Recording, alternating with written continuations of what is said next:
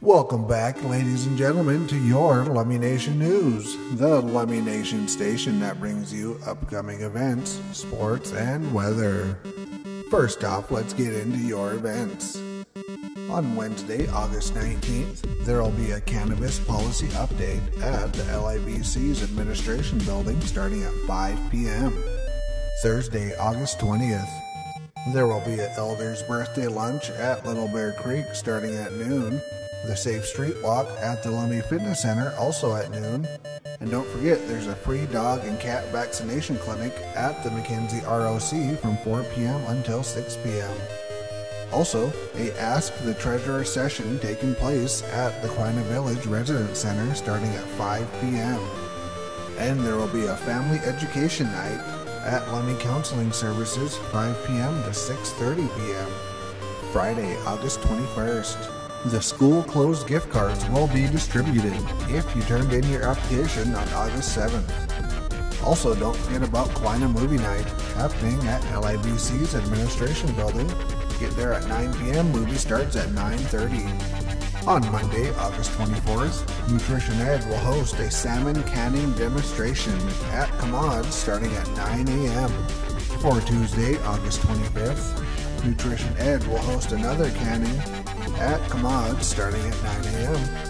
And don't forget about the Back to School Bash happening at the Old Gym from 10 a.m. until 2 p.m.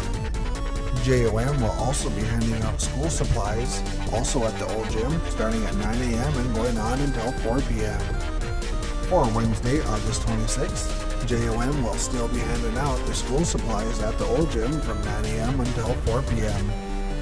Thursday, August 27th, Lummy Community Services will host a food sovereignty meeting at Commod starting at 9 a.m. And this will be the last day to get your JOM school supplies at the Old Gym at 9 a.m. until 4 p.m. There's also a cooking class, Fabulous Fiber, How Roughing It Boosts Health, which will take place at Little Bear Creek starting at 9:30 a.m. And don't forget about the Safe Street Walk at noon.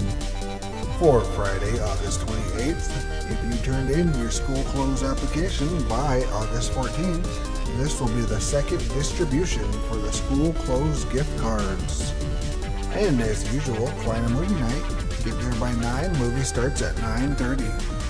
And on Saturday, August 29th, War of All Warriors 4 will be taking place at Bellingham Sportsplex. Doors open at 6 p.m. with tickets starting at $25. And now let's hop over to sports with David Webster. In a little more than 3 weeks, the Seattle Seahawks will have their first regular season game against St. Louis. On September 13th, the season kicks off with the Seattle Seahawks going head-to-head with the Rams at 10 a.m. The following games are just as challenging. They face the Packers on September 20th, the Bears on September the 27th, and the Lions on October the 5th. I have a strong feeling that this is going to be a tremendous football season, so stay tuned. The Seattle Mariners will be playing their last game of a 3-part series against the Texas Rangers today. Seattle will be looking to break a 1-game apiece tie with Texas. They are coming off a 3-2 win against the Rangers in a game that took place yesterday. Let's hope they can pull it off. The Mariners currently have a record with 56 wins and 64 losses. In MMA, Sunday, August the 23rd, there will be another installment of UFC Fight Night going down. The main event will be Charles Oliveira facing Max Holloway, and a co-main event with Eric Silva going up against Nell Magny. The undercard will have fighters like Patrick Cote, Sam Stout, and Josh Berkman, to name a few. This fight card will be a great platform for the up-and-coming fighters to show what they can do. Be sure to tune in. Back to you, Doug. This just in, Auntie Iris James called in and said that her son, Jeff James Sr., will be taking place at the Washington State Public Transportation Rodeo. What is that, you may ask? It's a small-scale version of what every transit and paratransit operator and mechanic experiences daily. The mechanics in the maintenance shop work hard to keep the buses running efficiently so they can continue to be out on the road daily, while the operators strive to give their riders the best experience they can on their trip. The rodeo is designed to be a tool for training and safety, and the objective is to help improve the safety operation of transit vehicles in a realistic setting, while stressing the need to provide a passenger-friendly and professional service. He will be leaving this weekend to compete at the state championship, and if he places accordingly, he will move on to next year's international championship, which will happen sometime in May.